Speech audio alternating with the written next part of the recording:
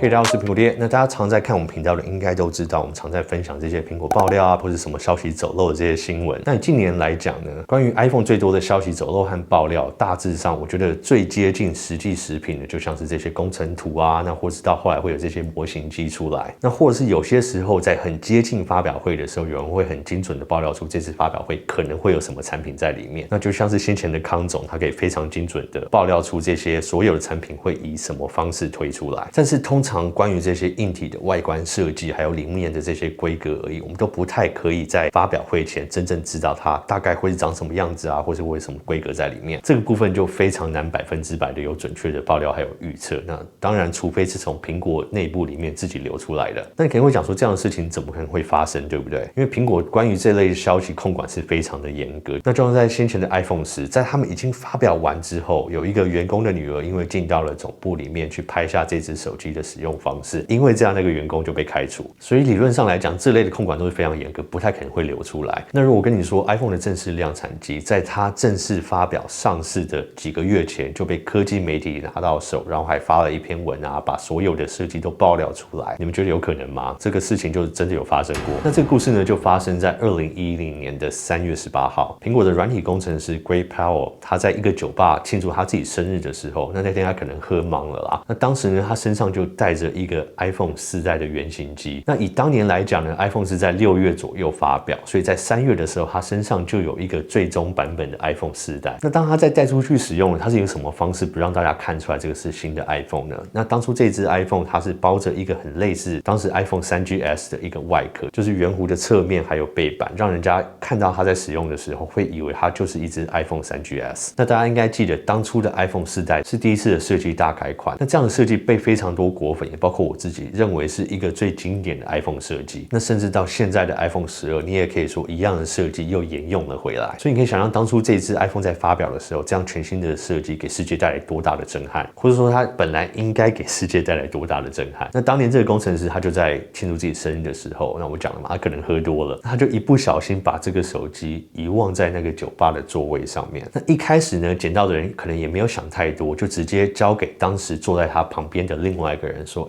这个是你朋友的手机，把它交给他。那这个人的名字呢，就叫做 Brian Hogan。那其实他跟这个工程师本人是不认识，他只是刚好那天坐在他旁边，也算是他有点好运或是有点衰嘛。他一开始拿到这只手机的时候，他也是在想说，那他就试着找到这个手机的主人是谁啊，然后事后再联络他就好。然后他就打开这只手机，发现他并没有上锁，那他就去里面的 App， 到了 Facebook 里面去找，那他才发现说这只手机的拥有者是一个苹果软体工程师。那当晚他也没有想太多，他自己也喝多，那他就去睡觉了。那隔天早上他起来的时候，他就把这只手机拿起来看看，他发现这个手机萤幕跟他目前所知道的 iPhone 都不太一样，感觉起来它的解析度是更高的。那另外他也发现在这只手机的前面有一个前置镜头，那当时的 iPhone 是没有前置镜头的。当他觉得很奇怪的时候呢，他就把这只手机的壳拆下来，那他也发现他手上的这只 iPhone 是一般市面上从来没有看到的设计。那他有试着把这只手机接上他的电脑去做同步啊，看看能不能找到一些里面的资料。但是他发现这只手机要求他的电脑使用的是一个目前还没有上市的 iTunes 版本。在这个当下呢，他也更确定说，这只手机可能就是未来的 iPhone。那更可疑的是，在他接上电脑没有多久之后，这只手机就变成从远端清除了，那就是从远端操控进入死机模式啦。所以他也没有办法再打开这只手机的萤幕啊，没有办法再进到里面的 App。这种时候他可能也有点怕被警察找上门，于是他跟他朋友就试着联络苹果的客服，跟他们说，嘿，我手上有你们一台未来的产品。那结果苹果的客服当然就可能以为他在恶作剧，或是每天他们也接到很多这种电话，那当下就跟他说 OK 谢谢，那谢谢你来电，拜拜。那据他跟他朋友的说法呢，苹果当下是有留下一个追踪按键号码给他，那这个不太确定说是系统可能就自动会发出这样的 email 啊，因为你有来电留下你的资料，那或者是苹果事后就没有真的再去追踪这个按键。那等了约2-3个星期之后呢，他也没得到任何的回应。那可能有观众会想说，为什么苹果没有试着去找到这支电话啊，或是用定位啊、Find My iPhone 什么等等的 App 去寻找？那我们刚刚有提到嘛，苹果或者是那个疑似 iPhone 的工程师可能知道自己闯大祸，他们直接从远端让这支 iPhone 进入了死机模式，所以基本上在这情况下，他们也不太能找到它。那另外，当初这支 iPhone 毕竟他们使用的是 Beta 版本的 iOS， 所以寻找跟定位的功能也是不能使用，所以就陷入了一个这个人想要还 iPhone 回去，又找不到谁可以还回去。那苹果在这个阶段想要找这支 iPhone 也找不到的情况。那于是就在这一刻呢 ，Brian Hogan 他犯了一个算是蛮大的错误，他开始联络很多不同的科技媒体，并跟他们告知说他手上有一台可能是未来的 iPhone， 然后他试着以$10,000去卖出这支 iPhone。那最后呢，听说是有2家 Engadget 还有 Gizmodo 开始要竞标这支 iPhone。那虽然先贴出这张照片的媒体是 Engadget， 但是最后得标的媒体是 Gizmodo。那依后来的新闻报道呢，他们后来得到同意的价格是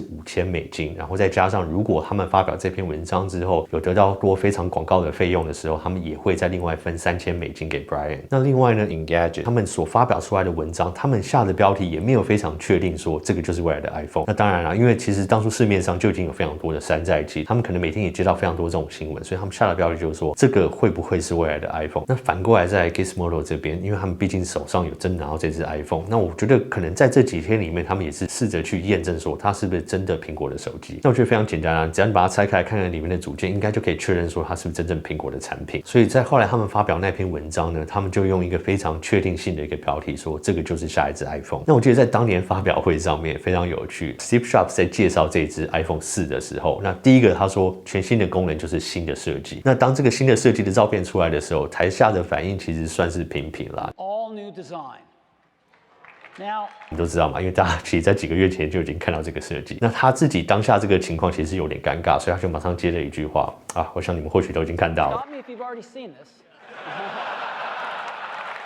那瞬间就把这个场面从尴尬转到幽默。那他在形容这只手机的设计的时候，他也特别提到，就是说它侧面的设计就非常像一个古典的徕卡相机。It's like a beautiful old Leica camera. 但你应该可以想象，你花那么多时间做出一个那么经典的设计，那你期待的可能是在台上给下面的人一个惊喜，所以你可以知道他当下应该是蛮不是滋味的。所以呢，其实当初在这个事件发生的时候，他对 Gizmodo 是有非常大动作的。不管是从电话里面去威胁啊，或是后来有找，当初以为是警察，后来才知道只是一个保全公司拿着搜索票强行进入这个编辑的家里去扣押他们的电脑。那其实当时这些新闻是闹蛮大的，但依照 Steve Jobs 后来在受访的时候，他自己的说法是说，因为现在司法经进入调查，那我本身其实是对这个事情没有太多的介入，反正我就看他们怎么发展。那这个跟当初传出来说他非常非常的愤怒，而且他是每天都跟下属要求说他要随时知道这个事情的进度。那这两者说法就有点差距。那真实的情况到底是怎样，我们或许不会知道，可是我们可以从一些网例大概看得出来。在2004年的时候，有一个爆料的网站，就是爆料出苹果当年会推出 Mac Mini， 那这只是以文字叙述的方式，那光这样就让当年的 Steve Jobs 非常的生气，甚至大动作对这个网站提告。那后来的结果呢？虽然这个网站因为这样而停止运作，可是其实苹果并没有从中得到任何的好处，真正泄密者的资讯并没有被他们找到，那反而还因为提告这个动作侵犯了新闻自由。据说苹果还付出一个蛮高额的和解金给这个网站的经营者。那在一个言论自由被充分保护的美国，我觉得这个也是蛮合理的。那关于这个故事，如果你们想知道更多，我以后可能会再做一个更细节的影片来讲这个故事。那所以我们以这个网例看起来 ，Steve Jobs 在这个情况，当你一个还没有发表的原型机到了一个科技网站的手上，并爆料出来的时候，他怎么可能是那么轻描淡写的说，哦，我就交给司法单位去处理，我没有太多的介入。所以我自己是选择比较相信他当初是非常愤怒，然后要求他们的保全公司得到搜索票破门而入的这一类的讲法。那当然啦，这次的结果跟上一次的这个爆料网站的结果就不太一样，因为其实他们的实际情况也差了蛮多。那第一，这支手机呢是苹果的员工不小心遗留在这个酒吧里面的。那就算是他自己不小心遗留的，也不代表捡到的人就有这个权利可以占为己有，因为这样也算是偷窃的行为。那第二个差别呢，就是他用这个算是偷窃来的这个苹果未发表的产品拿来盈利，卖给科技网站。那其实 Brian 他有非常多机会可以做对的事情啊，可能就在当下直接交给酒吧啊，或者直接交给警察。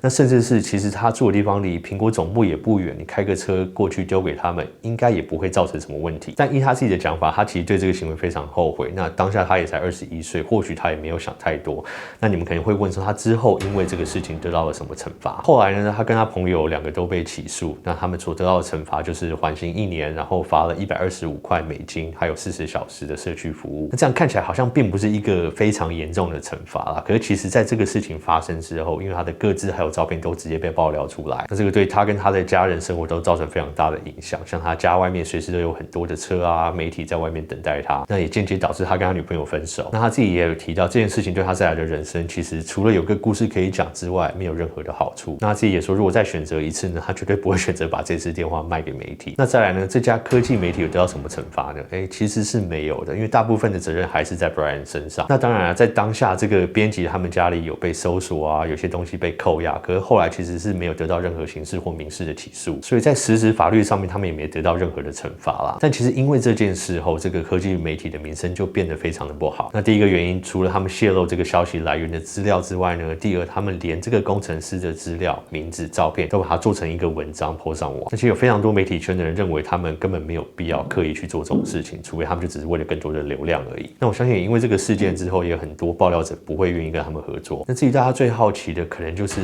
这个不小心遗失手机的工程师，他最后有没有得到什么惩罚？那大致上有几种说法。那比较可靠的说法是说，他其实还是持续在苹果里面工作，因为其实他当初犯了这个错误是一个无心之过啊。那苹果如果里面有规定说，你可以拿这个原型机出去，如果你今天不是刻意去透露给别人看啊，或是把这个消息走漏出去的话，基本上都还在他们可以接受的范围。那其实主要的责任还是在捡到这个手机的人。那当下如果你知道这个并不是你的东西，并不代表你有权利把它扣留起来，甚至是拿它来盈利。那另一方面呢，就因为他这个具体的行为到底是造成公司多大的损失，其实也是很难去算出来的。但只能说真的是有造成公司一些麻烦。那其实我自己回想起来，当年在看到这个新闻出来的时候 ，Gizmodo 他们有贴出非常多细节的照片。那当下看到这个手机的样子，我也认为说，应该8、9不离10就是他真正未来的手机。然后又加上他这个背后的故事是从一个苹果工程师本身自己不小心遗留出去的，那所以它真实度真的是非常高。OK， 好了，那这个就是一个当初 iPhone 的原型机怎么被一个人不小心流出去，然后又被科技媒体买走，然后爆料出来的一个故事。那我个人觉得这应该是近年来苹果产品爆料啊，或是流出里面最严重的一个事件。那我想听看你们观众的看法，你们对不管是说这个在酒吧里面捡到的这个 Brian， 你觉得他得到的惩罚是不是足够？那或者是你们对这个遗失的工程师事后没有被苹果开除，你们有什么看法？那或是你们对整个事件啊有什么想法啊，都欢迎在下面留言讨论咯。OK， 好，那我是苹果爹，我们下次影片见咯，拜。